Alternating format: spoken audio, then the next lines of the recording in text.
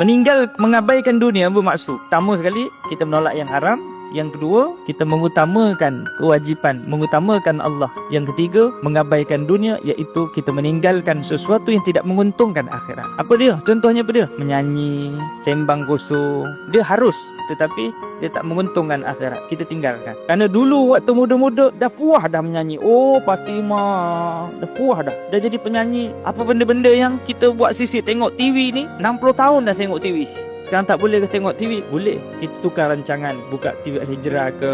Tak boleh ke dengar radio? Boleh. 60 tahun dah dengar radio dah. Kita tukar rancangan, dengar Aikim, dengar Quran. Kerana apa dia? Kerana bila kita bertambah umur, biar umur kita selaras dengan umur kita. 60, ibadah kita jangan macam budak umur 11 tahun. Ini umur 60, hari-hari tengok apa dia?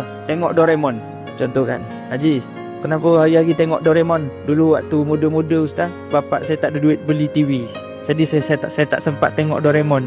Contoh. Tuan-tuan, maknanya biar ikut umur kita. Macam makan lah, makan. Ya, makan kita kan bila bertambah usia kurang dah. Saya biasa tanya, Haji makan sikit sangat ustaz. Saya 60 tahun dah makan. Ustaz baru hidup, ustaz makan lebih tak apa.